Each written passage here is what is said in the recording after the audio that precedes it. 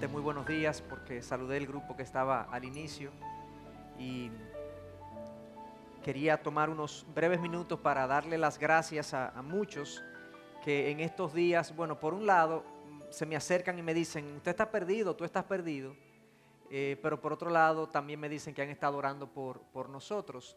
Sin entrar en detalles, pero la familia de mi esposa ha estado enfrentando una situación de salud que ha conllevado mucha demanda de tiempo de parte de mi esposa, y cuando ella tiene que dedicar tiempo a otra cosa, yo tengo que dedicar tiempo a lo que ella debe dedicar tiempo. Entonces, como saben, tenemos 2 niños pequeños y eso ha implicado que nos reorganicemos, y a veces me quedo allá atrás incluso, también con intención de saludar a los que están detrás y poder compartir un poco con ellos. Pero vengo, entrego mis hijos, los busco porque mi esposa ha estado viajando en estos días, estos meses, y ha implicado esa demanda. También he estado predicando en otras iglesias y he salido un par de domingos, pero yo estoy aquí, gracias al Señor. Así que gracias por la oración de muchos y porque yo sé que han estado pendientes de nosotros de manera genuina. Estamos orando porque el Señor sea con nosotros, que su voluntad sea con nosotros, que sea cual sea su voluntad, Él nos dé la sabiduría y la fortaleza para acogerla, aplaudirla, y que al final, cuando veamos hacia atrás, podamos ver su mano claramente en nuestras vidas. Yo quisiera que fuéramos abriendo la palabra de Dios en Romanos 8. En unos minutos les comento del texto que vamos a compartir en el día de hoy, pero es un texto significativo, muy significativo para la mayoría de los que decimos amar a Dios, y obviamente es un texto, como vamos a ver, muy conocido entre casi todos nosotros, yo diría, aún aquellos que no tienen la Biblia como su norma de vida, como su manual de vida, ven este texto como uno de los textos que inspira más confianza en el corazón cuando uno lo lee. Así que yo quisiera, antes de leerlo, yo quisiera orar primeramente por esta predicación, por la predicación de su palabra, y entonces introducir un poco de qué vamos a estar hablando y la forma como vamos a estar abordando este pasaje. Señor, en tu presencia hemos estado y seguimos en ella porque no podemos salir de ella. Tú eres Dios que lo llena todo. Y ahora, Señor, nos acercamos a tu palabra con reverencia, con atención. Yo te quiero pedir, Señor, que tú abras los oídos de nuestro corazón, de nuestro entendimiento, que podamos, Señor, más que escuchar la voz del predicador, que podamos escuchar tu voz, tu mensaje para nuestras vidas. Tu palabra, Señor, es veraz, tu palabra transforma, tu palabra es un instrumento cortante que quita lo que no debe estar, pero también cauteriza lo que debe cerrar. Y yo te quiero pedir, Señor, que tú la uses en nuestras vidas en este día para llevarnos desde donde estamos a un lugar donde tú nos quieras llevar, a un lugar de más confianza, un lugar de paz, un lugar de plenitud en ti, Señor. En el nombre de tu Hijo pedimos esto, Padre. Amén y amén. Hermanos, yo creo que todos nosotros a veces nos hemos percatado, y yo diría más que a veces, con frecuencia nos percatamos que la vida es complicada, el mundo es complicado. Hay gente que ve los niños jugando y los ve jugando con tanta despreocupación que hasta dice, wow, qué lindo es los niños que no tienen ningún tipo de preocupación. Y a veces bromeamos con nuestros amigos y decimos, su preocupación es dormir, comer y jugar. Esa es la preocupación del niño. Esa es una etapa cándida de la vida, donde todavía nosotros no estamos al tanto de lo complejo de la vida, de las dificultades de la vida, de las aflicciones de la vida. Hay cosas que ocurren en la vida, y una de las formas como nosotros cuando hablamos con personas que están pasando dificultades es que le decimos, en la vida no es justa. Algunos de nosotros esperamos justicia en este mundo, pero realmente no se nos ha dicho en ningún lugar que la vida y el mundo va a ser justa o justo con nosotros, algunos cristianos, a veces exclamamos, Señor, ven pronto. Ven pronto cuando nos enteramos de cosas, cuando experimentamos cosas en nuestras vidas que son aflictivas, que son dolorosas. Y la razón de muchas de estas afirmaciones es que, y algunos piensan que el mundo está como fuera de control, el mundo está como por su cuenta.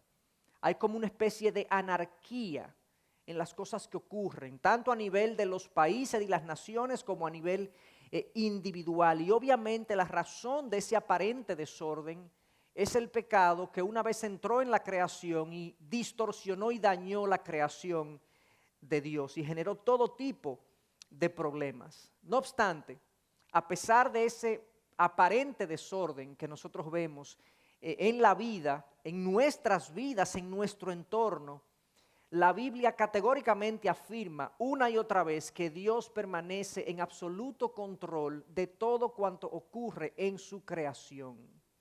A Dios no se le han ido las cosas de las manos, Dios no está inventando, alguien ha dicho Dios no juega a los dados. La Biblia afirma que Dios forma el embrión de cada ser humano, Salmo 139, 16. La Biblia afirma que Dios determina en ese mismo pasaje los días que cada ser humano va a vivir. La Biblia afirma que Dios alimenta a los animales, que viste la hierba, que pone y quita reyes, Daniel 2:21. La Biblia afirma que Dios tiene el control de los corazones, Proverbio 21:1. Se afirma que Dios hace nacer a una nueva vida a aquellos que ponen su fe y su confianza en el Señor Jesucristo, Juan 3. Se afirma que Cristo es la cabeza operativa de la iglesia, que Cristo está ordenando las cosas en su iglesia de tal manera que la iglesia haga y cumpla los propósitos para la cual Dios y Cristo las creó. Y se afirma también que el Espíritu de Dios dirige, enseña, amonesta, trae convicción de pecado. Todos estos pasajes, una pequeña muestra, afirman categóricamente que Dios permanece en control de cuánto ocurre, de todo cuanto ocurre en su creación. Pero muchas veces nosotros como que no estamos muy al tanto de eso. O no lo creemos completamente. Nos es difícil conciliar que Dios, siendo un Dios todopoderoso y todo benevolente, sea capaz de permitir las cosas que ocurren en este mundo. No entendemos cómo es que un Dios benevolente, como Él dice ser, permite el dolor prolongado y profundo de muchos, incluyéndonos a nosotros. Es por esa razón, no solo por esa razón, pero esa es una de las razones por la que la Biblia nos exhorta a nosotros a vivir por fe y no por vista.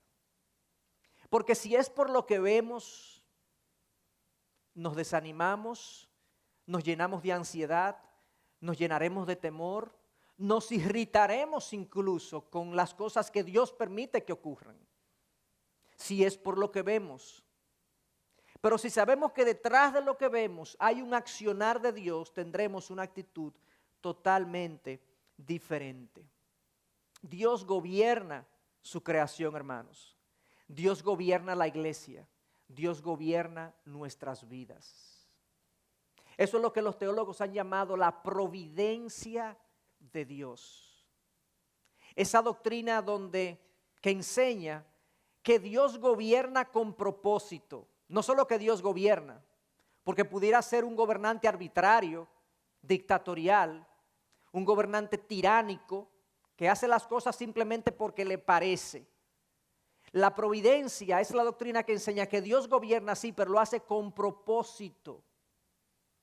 Toda la creación y todo lo que ocurre se dirige a un fin último que Dios sabe cuál va a ser. Y hay un pasaje clave entonces que nos habla de la providencia de Dios. Y cuando nosotros asimilamos esta enseñanza de la palabra en nuestras vidas, cuando entendemos el control providente de Dios en el mundo y en nuestras vidas, podemos descansar. No es que vamos a dejar de hacer lo que tenemos que hacer. No es que vamos a echarnos, como dicen, y esperar que Dios haga. Es que actuaremos con otra actitud. Es que entenderemos que las cosas que no entendemos, que no asimilamos y no asimilamos las razones por las que ocurren, tendremos otra actitud hacia ellas, porque habremos entendido que Dios gobierna providencialmente su creación. El pasaje entonces que yo quisiera leer para luego exponer es Romanos 8, versículo 28 y versículo 29. ¿Qué nos dice? Pablo, hablando a la iglesia de los romanos, le dice: y sabemos que para los que aman a Dios, todas las cosas cooperan para bien.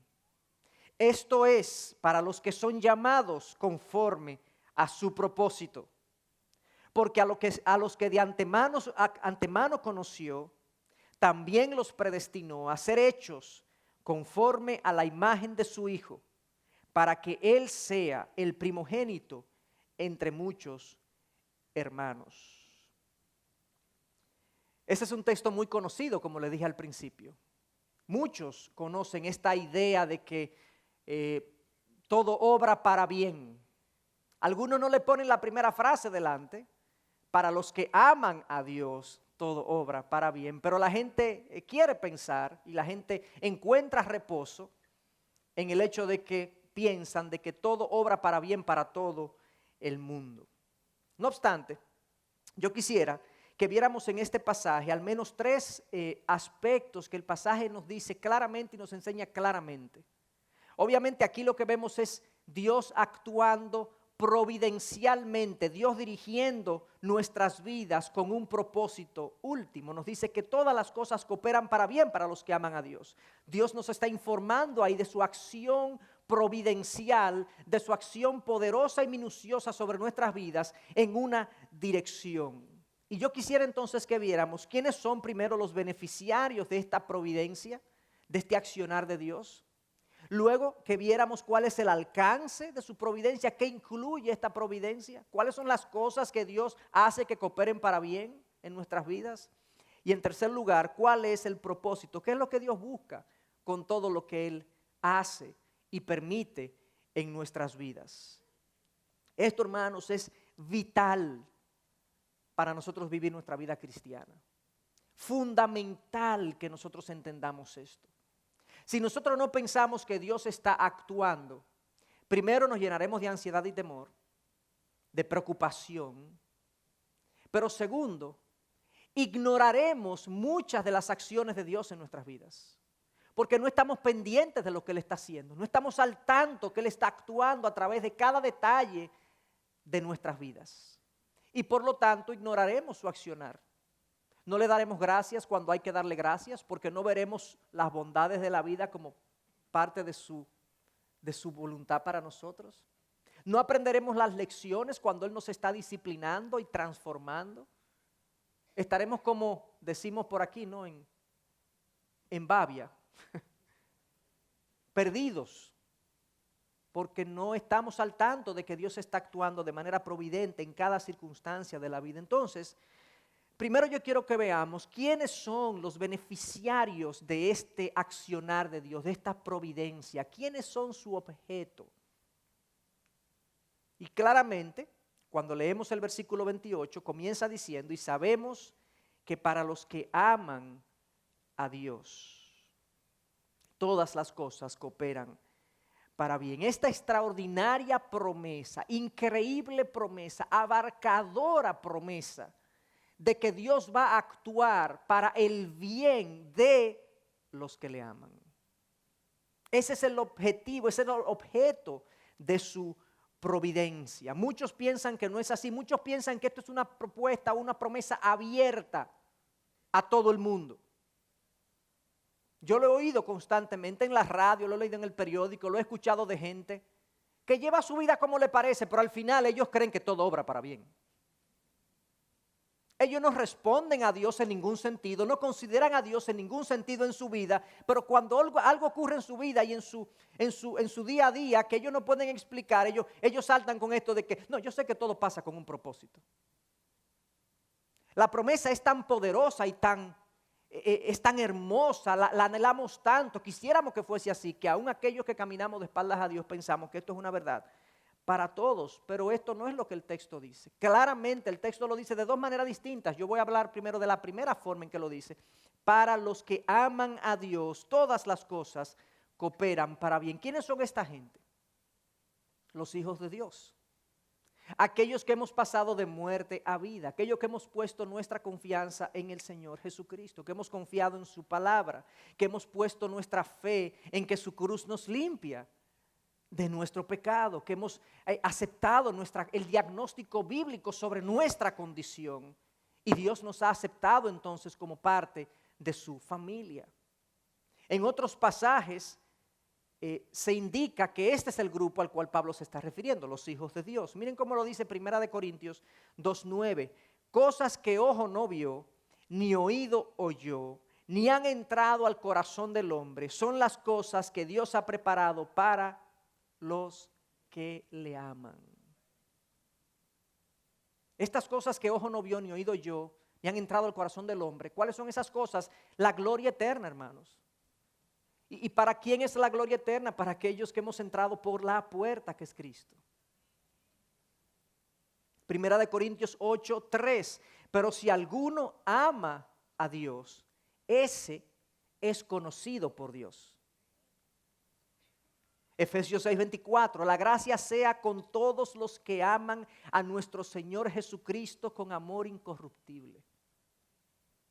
Los que amamos al Señor Jesucristo, que le damos gracias por lo que hizo por nosotros en la cruz, apreciamos su sacrificio, valoramos su entrega, nos rendimos ante Él. Santiago 1:12, bienaventurado el hombre que persevera bajo la prueba, porque una vez ha sido aprobado, recibirá la corona de vida que el Señor ha prometido a los que le aman.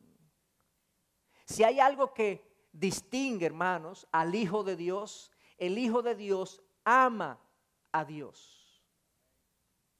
Nosotros amamos a Dios, es algo que nos distingue. Y ese amor de Dios en nuestras vidas, la principal manifestación de su amor en nuestras vidas es nuestra obediencia a su palabra. Esa es la principal manifestación.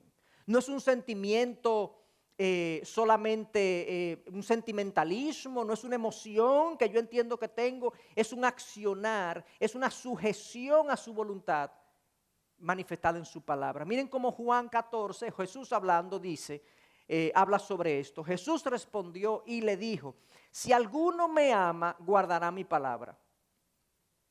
Y mi Padre lo amará y vendremos a él y haremos morada con él. El que no me ama, no guarda mis palabras. Y la palabra que oís no es mía, sino del Padre que me envió. Todas las cosas cooperan para bien para los que aman a Dios. Todas las cosas cooperan para bien para aquellos que obedecen a Dios, porque son los que aman a Dios.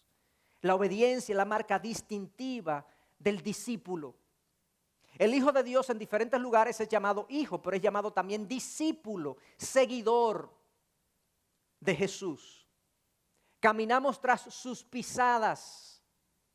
Vivimos nuestra vida a la luz de su voluntad. Queremos agradarle y queremos incluso comer o beber para la gloria de Dios.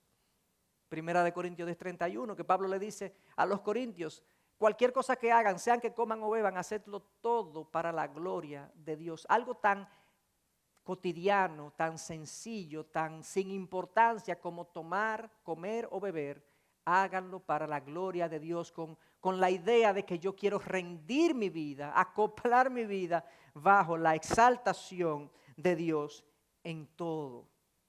Hermanos, sería un error, un craso error, confundir mi respeto a Dios con amor a Dios. Mi temor a Dios con amor a Dios. Mi reverencia a Dios con temor a Dios, con amor a Dios.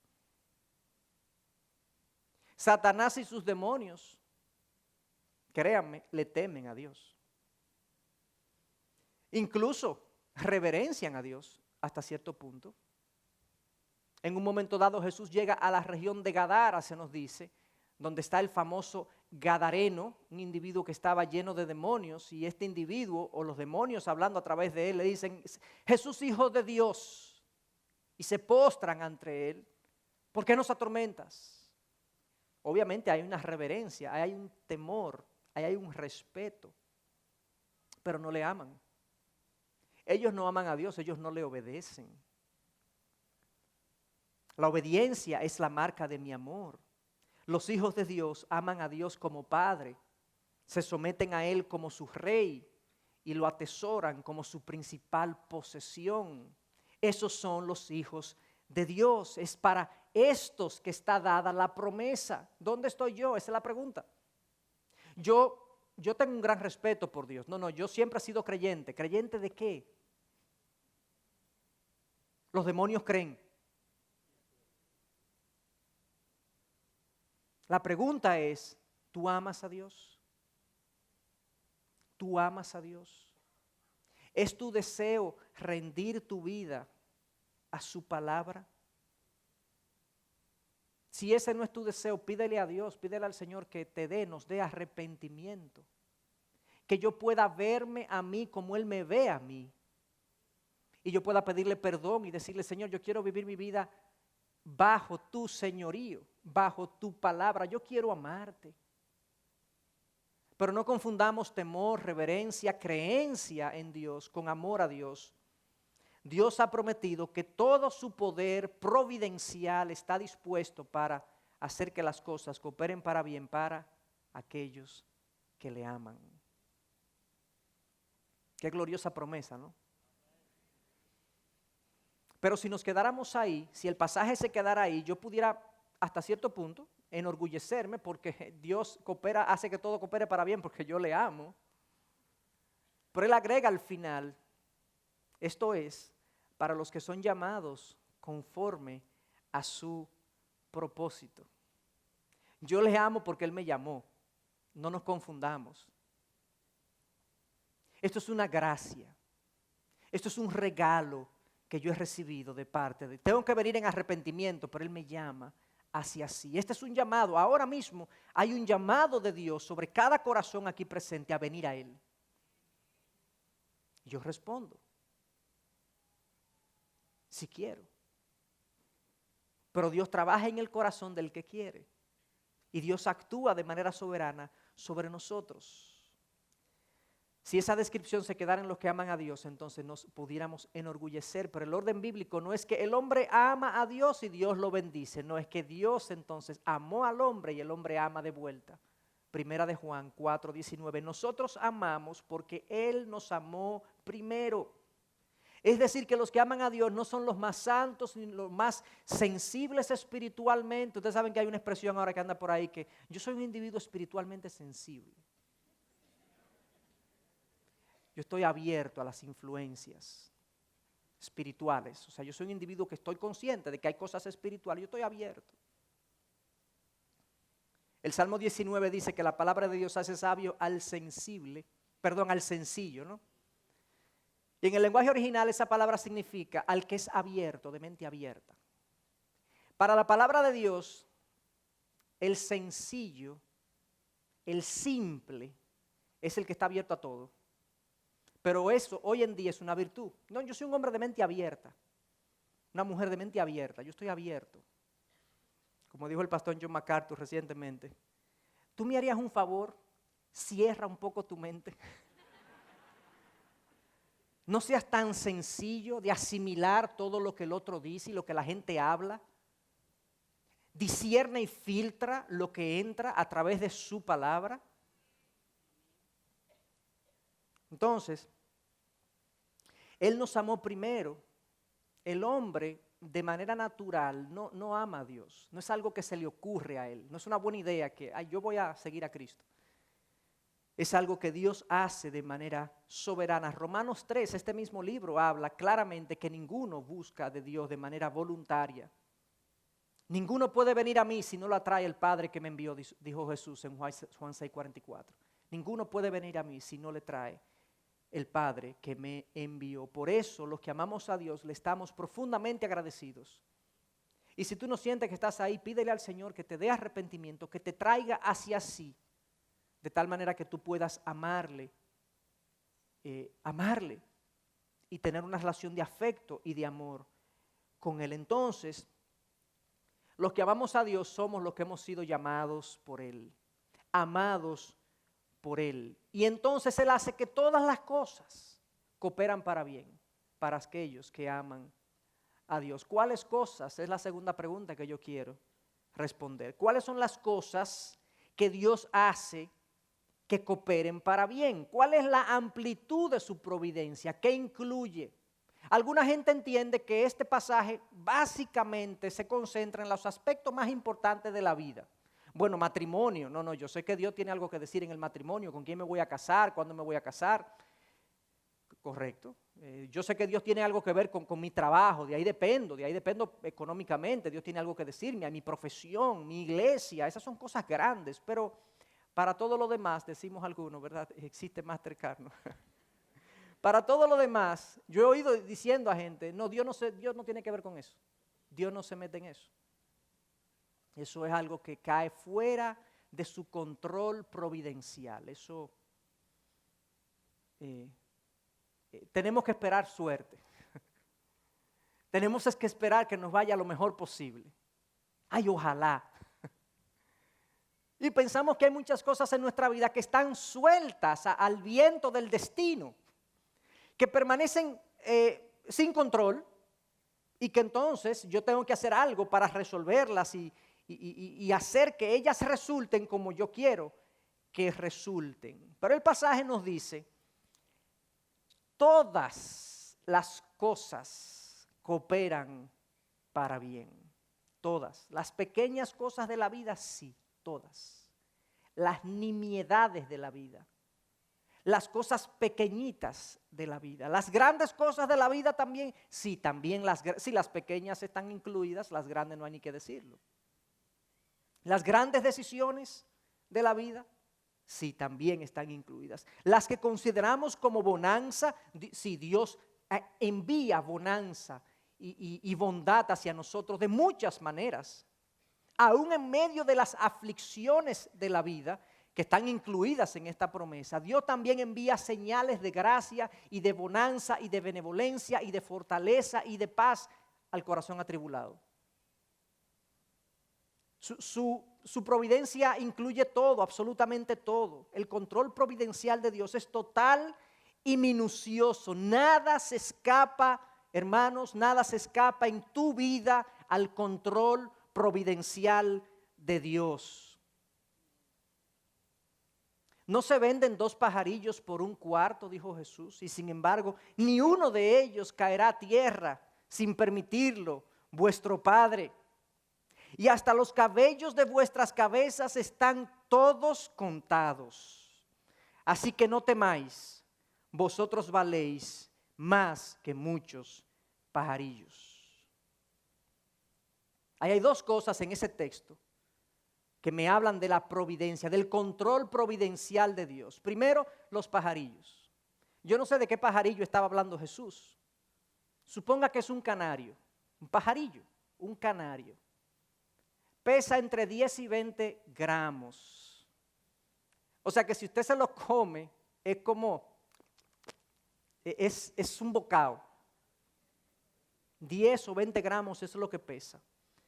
Para los que no tienen la idea de lo que es un gramo, 1 libra son 453 gramos. Un canario pesa 10 gramos. Es algo que yo no sé cómo no se lo lleva el viento, porque yo no sé cómo que vuelan. Es absolutamente insignificante. 7, 10 centímetros tiene un canario, un pajarillo. Ninguno de ellos cae a tierra sin que lo permita vuestro Padre Celestial. Pero no se queda ahí este texto. Jesús dice, ya hasta los cabellos de vuestras cabezas. Ese Dios que tiene control del pajarillo que cae, te conoce. Te tiene los cabellos contados. Y es un problema contar los cabellos, ¿saben? Porque yo estuve buscando de cuántos cabellos estamos hablando. Más o menos una persona tiene, según lo que dicen los expertos, entre 100.000 y 150.000 hebras de cabello. Pero ¿qué pasa? A los 16 años está el pic de densidad de cabellos. A partir de ahí comenzamos a perder. Uno más rápido, otro menos rápido. Comenzamos a perder cabellos. Se estima que se pierden entre 50 y 80 y 100 cabellos diarios. Dios tiene, esto nos parecería hasta cómico, parecería una exageración de Cristo. Pero el contexto en el que se encuentra esta enseñanza, los pajarillos no caen sin que Dios lo permita, tus cabellos están todos, dijo Jesús, en el original, todos contados, indica una literalidad de la enseñanza. El que se ocupa del pajarillo te conoce a ti al punto que conoce cuántos cabellos tú tienes en cada momento de tu vida, habiendo tenido a los 16 años la mayor cantidad de cabello y luego habiendo perdido casi 100 cabellos diarios a lo largo de la historia. Ahora tú tienes 42 años, tú debes tener más o menos no sé cuánto cabello, quizá 87.475 y varios por mitad. Y Dios te conoce a ese nivel de detalle. Jesús concluye, así que no teman. No teman, vosotros valen mucho más que muchos. Uno, Él se ocupa, ustedes valen más que muchos pajarillos. El control providencial de Dios es absoluto, total, completo, minucioso. Nada ocurre en tu vida por casualidad. Y esto es una promesa para aquellos que aman a Dios. Dios está dirigiendo todo su control providencial en una dirección específica. Él tiene un propósito de cada cosa buena, mala, grande o pequeña que ocurre en nuestra vida. Y recientemente, en las diferentes cosas que estamos, como les dije hace unos minutos, nuestra familia y la familia de mi esposa ha estado enfrentando una situación de salud muy delicada, debido a muerte. Y había ansiedad y había preocupación en nosotros, en ella sobre todo, mi esposa, en su familia. Y pasó algo que para mí, obviamente, a la luz de este pasaje, no es una mera casualidad. Pero para hacer una breve historia, hace 2 meses aproximadamente, yo que tengo una pequeña firma de temas financieros, que no manejo yo porque estoy al pastorado a tiempo completo, pero tengo personas que manejan eso. Teníamos que entregar una auditoría. Y yo me involucro hasta cierto punto en eso, por teléfono, a veces voy a un par de reuniones. Y sucedió que cuando concluimos la auditoría, la concluimos completamente. Eso fue un viernes. Me llama la persona que trabaja conmigo, que es Ernesto Molina, que estaba cantando aquí. Me dice, Chacho, ya terminamos, nos estamos yendo. Él me puso un WhatsApp, ya terminamos, nos estamos yendo, eran las 9:00 de la noche, un viernes. Yo le dije, excelente, perfecto, hablamos después. Al otro día, Charbela venía, estaba fuera con su madre, tenía casi 20 días fuera, un poco más de 20 días. Al otro día, sábado, ella venía de vuelta. Y pasa eso, yo me voy a buscar a Charbela que llegó por Punta Cana, nos quedamos el fin de semana con nuestros hijos en Punta Cana y regresamos el domingo en la tarde. El lunes en la mañana me llama mi padre como a eso de las 9:30. Charbela casualmente, está conmigo en mi oficina porque dejamos el niño juntos en el colegio y ya se quedó un rato conmigo en la oficina. Me llama mi padre que trabaja aquí. Algunos lo ven en el parqueo y haciéndose cargo de todo lo que pasa en el parqueo. Y me dice, Chacho, yo estoy aquí en la Sterling, aquí hay unos papeles con tu nombre que están firmados todos por ti. Digo yo, ¿qué? O sea, yo no estaba como uniendo cosas, yo no estaba entendiendo qué era lo que me estaba diciendo, que hay unos papeles con mi nombre firmados todos por mí aquí en la Sterling. La Sterling, el solar que está al lado de la iglesia, ese solar grande que está ahí, eso se llamaba antes Sterling, era una farmacéutica. Y los que tenemos un poquito más de edad sabíamos que se llamaba Sterling. Entonces, sí, aquí hay muchísimos papeles. Digo yo, pero es que yo no entiendo, ¿cómo que esos papeles están ahí? Yo no entiendo, o sea, tráemelos porque quizás es un material gastable que botamos porque ya era viejo y alguien lo tiró ahí. Cuando mi papá me lo lleva a la oficina, eran las 9:30 de la mañana, yo me doy cuenta que son todos los papeles de la auditoría que acabó el viernes, todos.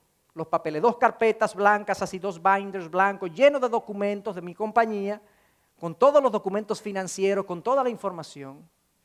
Digo yo, pero, o sea, ahí sí fue que yo me desconcerté completamente. Y dije, ¿qué haces tú aquí? En ese momento, En ese momento, no pasen por alto el momento, ya yo estaba aquí con Charola, Charola está frente a mí, me llega la llamada, me llama la gerente de la auditoría y me dice, Héctor, te estoy llamando, no te pude llamar el fin de semana porque estábamos hablando con nuestra casa matriz a ver qué íbamos a hacer con este caso, pero lamentablemente nuestra auditora fue, no asaltada, pero les robaron todos los documentos de auditoría el viernes y yo estoy así. Todos los documentos de auditoría se los robaron el viernes. Yo sé que eso tiene implicaciones legales, Héctor, yo te pido por favor que hablemos. Y yo así, le digo, mira fulana, antes de que tú me sigas diciendo, porque ya yo sé que tú me vas a decir, yo tengo los papeles aquí conmigo. O sea, yo me imagino que ella pensó, pero este hombre se robó su propio papel. O sea, yo tengo los papeles aquí conmigo. Dice, pero ¿cómo que tú tienes los papeles? ¿Cuáles papeles? Y yo, los papeles de auditoría que tú me estás diciendo que se robaron el viernes, yo los tengo aquí. Entonces ella, que es uruguaya, me dice, ¡qué suerte, qué suerte! Digo yo, suerte. Fulana, eso es Dios. Dios hizo que eso fuese así. Pero ¿qué pasa? Que en ese momento pasa eso y le voy a dar algunos detalles porque esto es muy importante para el punto que quiero mostrar. En ese momento, Charla está frente a mí, ella está viendo la llamada de mi papá, los papeles que estoy recibiendo, la llamada de la gerente, digo yo, esto es Dios, y ahí yo creo que fue el Espíritu, yo le dije a Charla, el Dios que controla estos papeles tiene la vida de tu madre en sus manos. Y es exactamente lo de los pajarillos.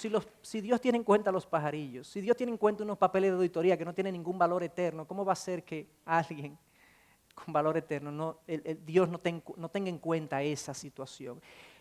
Yo no me enteré de eso, hermanos, el viernes. Eso me hubiese llenado toda la semana, todo el fin de semana de ansiedad. Yo hubiese ido a buscar a Charvela a Punta Cana, le hubiese dicho, no nos podemos quedar porque se perdieron los papeles, yo no sé qué voy a hacer.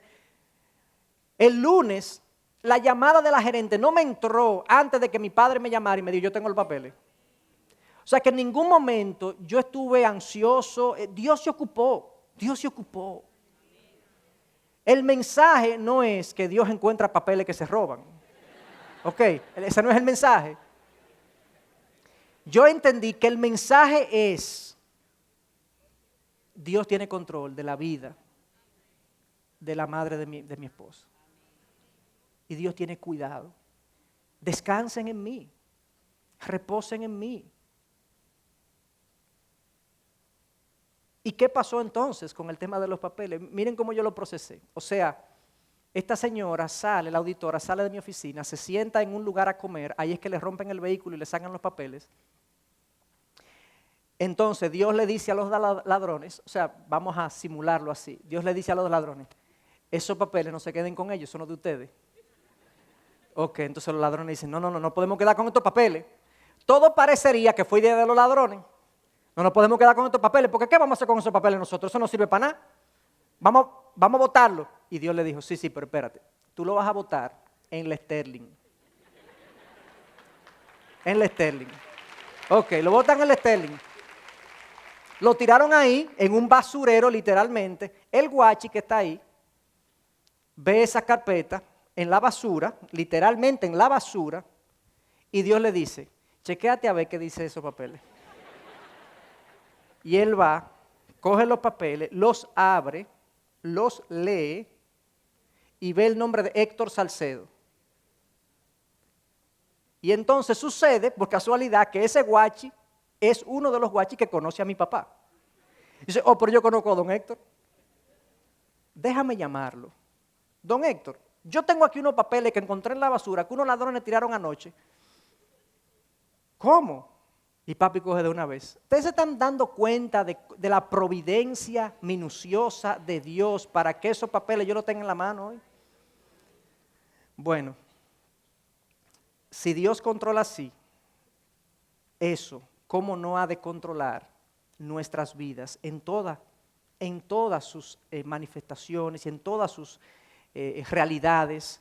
Nuestras vidas, dice William MacDonald en su comentario, no están controladas por fuerzas impersonales como la casualidad, la suerte o el destino, sino por nuestro maravilloso Señor personal, que es demasiado amante como para no ser bondadoso y demasiado sabio como para equivocarse.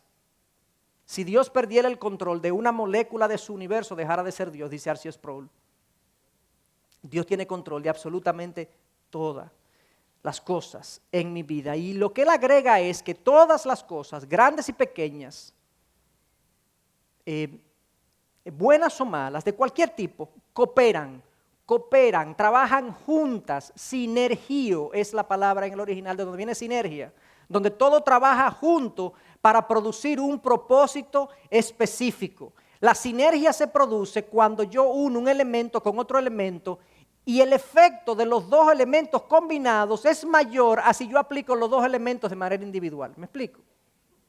Es como en la química, en la farmacéutica. Tú tomas un componente, por ejemplo el alcohol, y tienes otro componente, no sé, otro componente. Si aplicas, alguien está enfermo y necesita un medicamento que contiene alcohol y contiene otra cosa. Pero tú no le puedes aplicar, déjame ponerte alcohol y después ponerte todo otro, a ver si te sana. No, es la combinación de elementos que trabaja sinérgicamente para producir el efecto que se quiere. Entonces Dios dice, y así lo inspiró, esto trabaja toda tu vida, todas las cosas en tu vida trabajan sinérgicamente, combinadas, simultáneamente para producir un efecto. Por esa razón es que a veces nosotros nos confundimos, porque Dios está haciendo muchas cosas a la vez. Simultáneamente Él está trabajando y nosotros como que nos perdemos, nos da un vértigo existencial. Porque no sabemos qué es lo que Dios está haciendo. ¿Por qué Dios está permitiendo esto? Ah, bueno, pero al dedo malo todo se le pega, decimos, ¿verdad? O sea, además, Señor, esto, además de aquello y de aquello y de aquello. Si todas las cosas sinergizan, combinadas para bien. Hermanos, a Dios el trabajar simultáneamente no les resta precisión. Eso es a nosotros. Nosotros, si estamos haciendo varias cosas a la vez, yo soy uno que grave, si yo me llaman por el celular, yo me tengo que parar a hablar en una orilla, porque yo comienzo a hablar y llego a otro sitio. Literalmente. Yo he llegado varias veces a un apartamento que yo vivía hace como 4 años, porque a veces la gente me llama y yo sigo para allá y digo, pero ven acá. Aquí estoy yo en el apartamento anterior. Porque si yo trabajo simultáneamente, me pierdo. Dios no. Dios trabaja simultáneamente en mi vida, simultáneamente en las múltiples vidas que tenemos, al punto de que no cae un pajarillo sin que Él lo consienta y Él sigue siendo preciso en su accionar. Tened por sumo gozo, Santiago 1, hermanos míos, el que os halléis en diversas pruebas. Diferentes situaciones que Dios permite en tu vida, diferentes dificultades de diferentes tipos, económicas, de salud, de relacionales, sabiendo que la prueba de vuestra fe produce paciencia y que la paciencia tenga su perfecto resultado. Dios es preciso, aún en la diversidad y simultaneidad de nuestras pruebas. Muchas cosas a la vez no confunden a Dios. Pero lamentablemente yo sí me pierdo. Y yo comienzo a dudar de la capacidad de Dios o dudo de la intención de Dios en medio de tantas situaciones distintas. Pienso o que Dios no se ha enterado o que Dios no puede ayudarme o que Dios no quiere ayudarme. Pero aún yo piense así, Dios hace que esta promesa se aplique a mi vida. Todas las cosas ayudan a bien, cooperan para bien aquellos que han sido llamados conforme a su propósito. ¿Qué es lo que Dios está haciendo entonces? Si sabemos que los beneficiarios somos los que amamos a Dios, Dios hace que todo coopere para bien, todo sinérgicamente va en dirección a un propósito. ¿Cuál es ese propósito? ¿Qué es lo que Dios está haciendo? Esa es la tercera pregunta que yo quiero que nos respondamos. ¿Cuál es el propósito de su providencia? ¿Qué es lo que Él busca?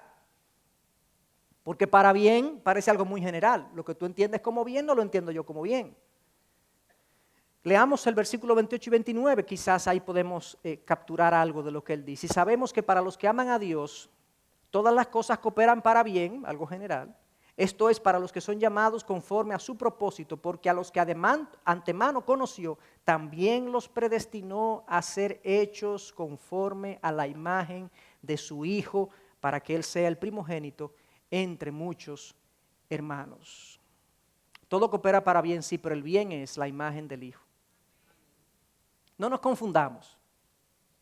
No pensemos como las iglesias donde se predica el evangelio de la prosperidad o del positivismo, la declaración y confesión positiva, donde yo declaro cosas buenas y materiales para mí y esas cosas se me dan. Ese no es el bien descrito aquí. No es el bien, no es lo que Dios considera bien en el sentido último. Dios es bondadoso con nosotros en muchas ocasiones materialmente, pero el bien último a los ojos de Dios no es eso. El bien para Dios y el bien para mí muchas veces no son la misma cosa.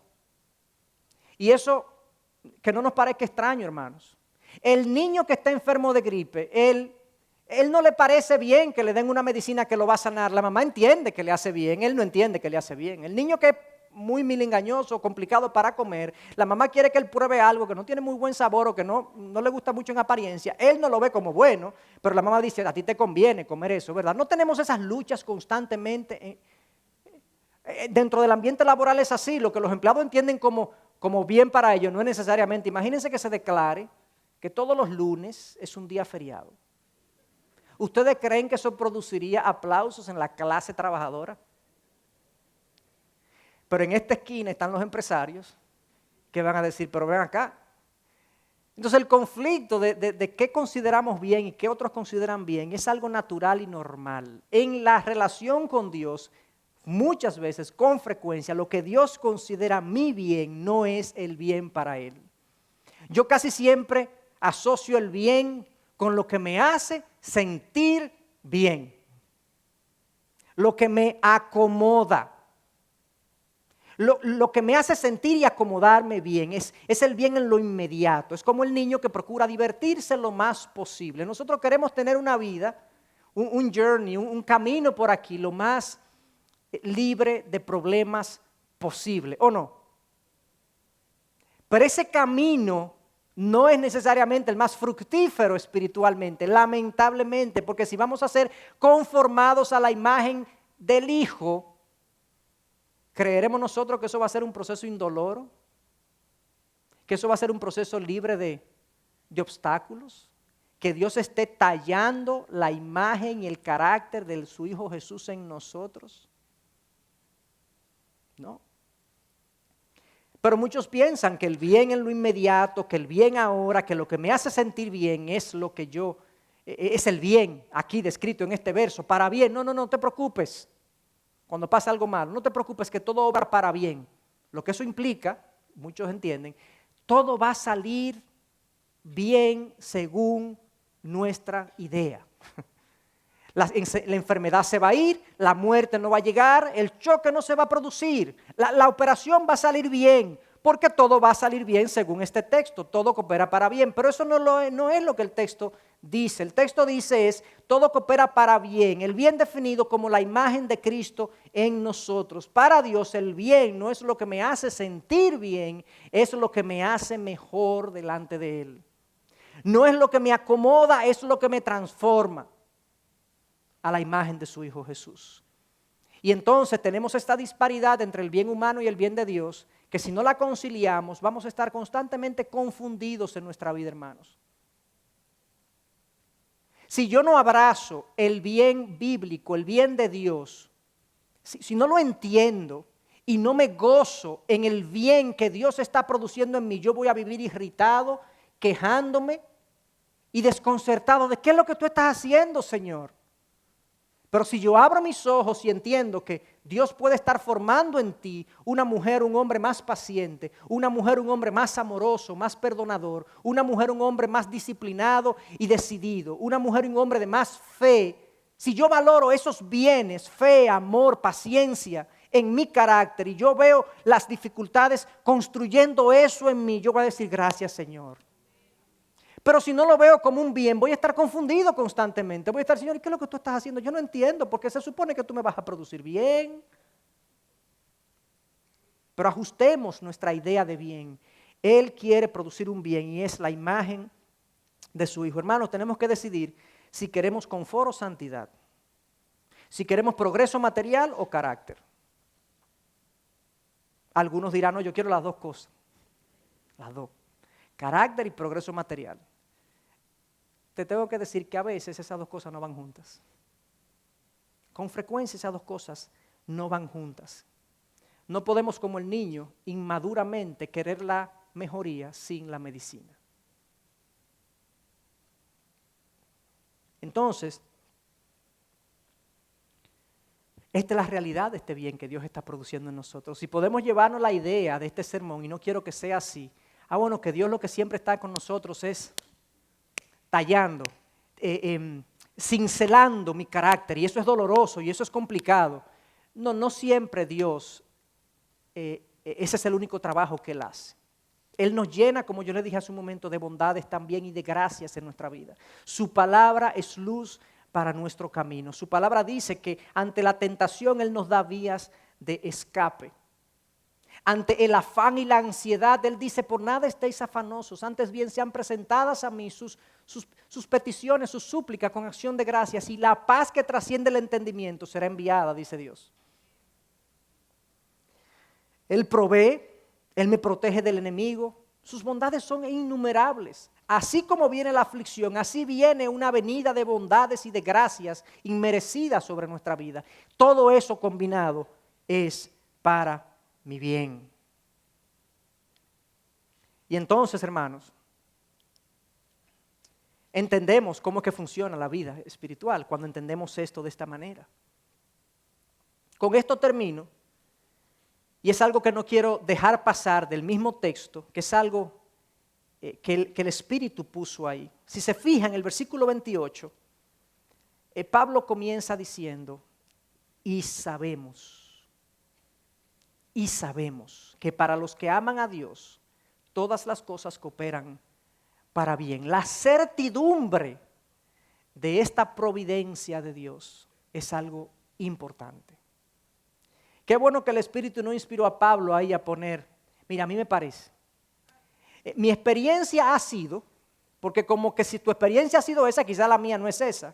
Pablo dice, y sabemos, como llamando ante sí testigos, como la verdad judía siempre tenía que confirmarse por 2 o 3 testigos, y sabemos, no solamente yo sé esto, otros pueden dar testimonio de esto, y sabemos que para los que aman a Dios, todas las cosas cooperan para bien. Con confianza, Pablo enseña esto como una doctrina y lo presenta como una promesa.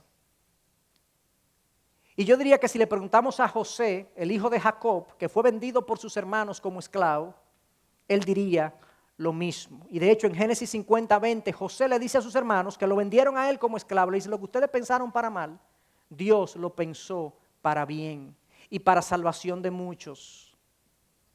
Moisés puede decir lo que Faraón pensó para mal, Dios lo usó para bien. Daniel puede decir lo que Nabucodonosor pensó que iba a ser mal para mí, para el pueblo de Israel, Dios lo hizo cooperar para bien. Job puede decir lo que Satanás pensó que iba a ser para mi destrucción, Dios lo usó para mi bien. Y en el versículo 38, capítulo 38 de Job, vemos a un Job totalmente diferente y transformado que dice, Señor, yo de oídas te había oído, pero ahora mis ojos te ven, Señor.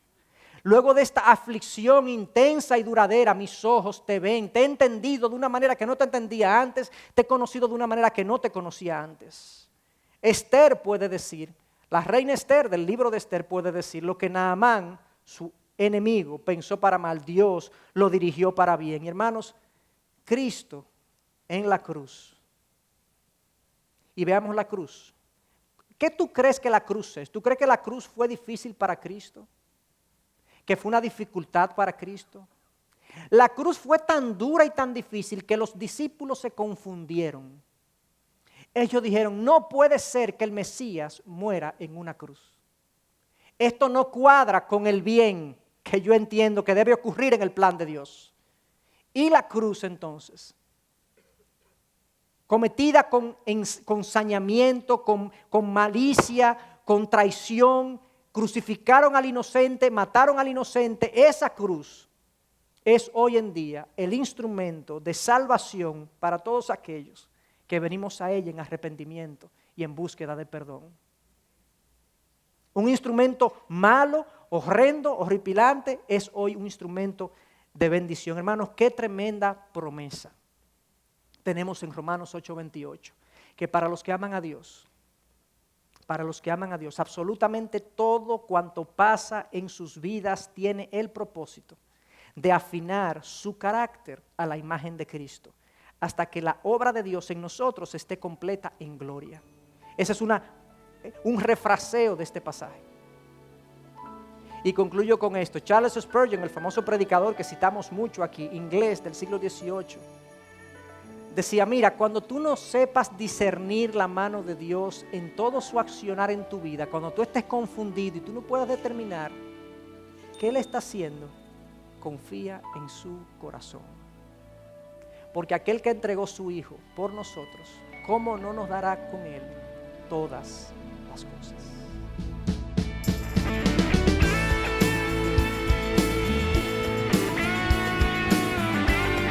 Esta es una producción que llega hasta ustedes gracias a los aportes de individuos y empresas comprometidos con la defensa de la fe. Para más información, preguntas y comentarios, visite nuestra página de internet www.integridadysabiduría.org. En esta página encontrará información sobre la producción de este y otros recursos que ponemos a su disposición, como también las formas en las que usted puede contribuir con la producción de programas como estos. Les invitamos nuevamente a visitar nuestra página de internet www.integridadysabiduría.org. Será hasta la próxima, cuando nos reencontremos en su palabra.